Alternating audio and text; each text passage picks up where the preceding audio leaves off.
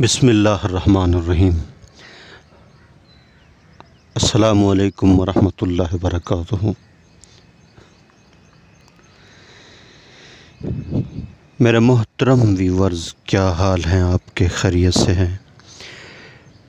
ٹھیک ٹھاک ہیں؟ طبیعت صحت ٹھیک ہے؟ آپ کی مزاج ٹھیک ہے؟ ماشاءاللہ خیر و عافیت سے ہیں؟ میں اللہ سے امید کرتا ہوں کہ آپ خیریت سے ہوں گے۔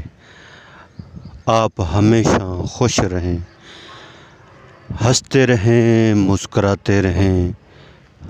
اللہ تعالیٰ آپ کو ہمیشہ خوش رکھے۔ اللہ تعالیٰ آپ سے راضی ہو اور اللہ تعالیٰ ہم سب سے راضی ہو جائیں، اور اللہ تعالیٰ ہم سب سے راضی ہو کر ہمیں دنیا اور آخرت میں کامیاب کر دیں۔ اللہ تعالیٰ نے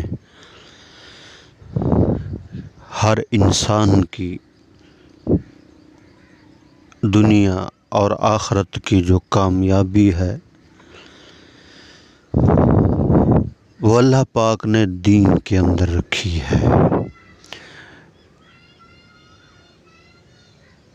جتنی بڑی طاقتیں آئیں،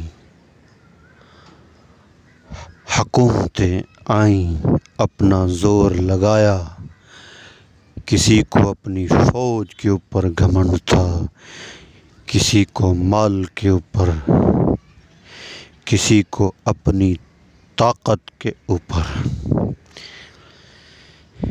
ایک ایسی قوم گزری ہے جس کا ذکر اللہ نے قرآن مجید کے اندر بھی فرمایا ہے، اور وہ قوم حضرت ہود علیہ السلام کی۔ بڑے لمبے قد، بڑے طاقتور، پہاڑوں سے گزرتے تو اپنا کندھا جو ہے نا پہاڑوں کو ایسے لگاتے تو پہاڑ کی ایک سائیڈ ٹوٹ جاتی، اور درختوں کو ہلاتے اور ہلا کر باہر نکال لیتے۔ اتنے طاقتور تھے۔ اور حضرت ہود علیہ السلام انہیں سمجھاتے کہ اصل طاقت اللہ کی ہے، اس کی مانو۔ تو وہ آگے سے یہ کہتے ہم سے بڑا طاقتور کون ہے؟ ہم پہاڑوں کو توڑنے والے، ہم درختوں کو زمین سے نکالنے والے، ہم سے بڑا طاقتور کون ہو سکتا ہے؟ حضرت ہود علیہ السلام نے جتنا سمجھایا نہ سمجھے۔ اللہ نے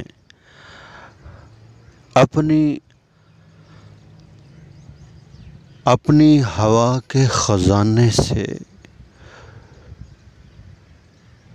جو سوئی ہوتی ہے نا، سوئی کے برابر جو ہے نا سوراخ ہوا اور ہوا چلی۔ اللہ نے صرف ہوا چلائی اور ہوا نے ان کو ایسے اٹھا کر زمین کے اوپر مارا، سب مر گئے، سب مرے ہوئے تھے، ایسے لگ رہے تھے جیسے کھجور کے بڑے تنے پڑے ہوں۔ تم غور نہیں کرتے ہمارے نظام کے اوپر؟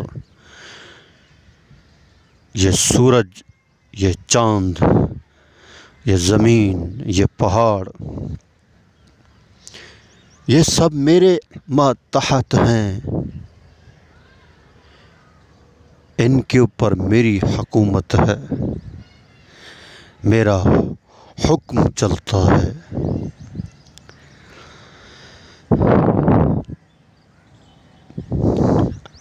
اللہ کا حکم چلتا ہے۔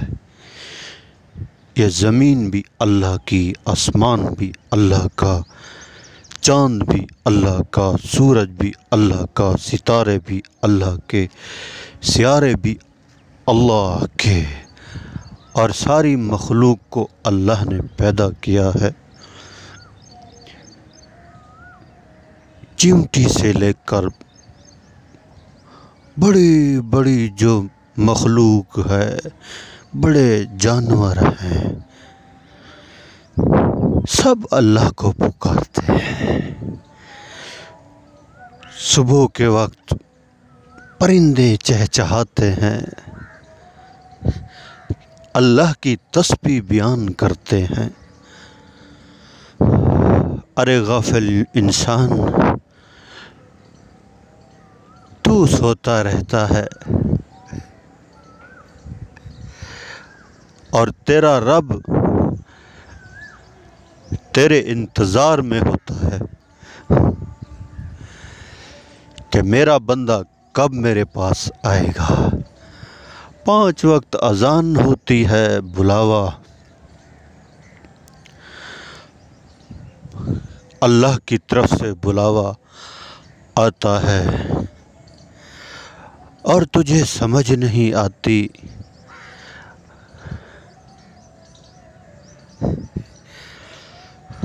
آج اگر تو دنیا میں رب کو سجدہ نہیں کرتا تو کل قیامت کے دن اللہ کی طرف سے جب سجدے کا حکم ہوگا تو جو دنیا میں رب کو سجدہ کرتے ہیں وہ آخرت والے دن بھی سجدے میں چلے جائیں گے، اور جو دنیا میں اللہ کو سجدہ نہیں کرتا تو آخرت والے دن پتھر بن کے کھڑے ہوں گے، اور سجدے کی ان کو قدرت نہیں ہوگی، سجدہ نہیں کر سکیں گے۔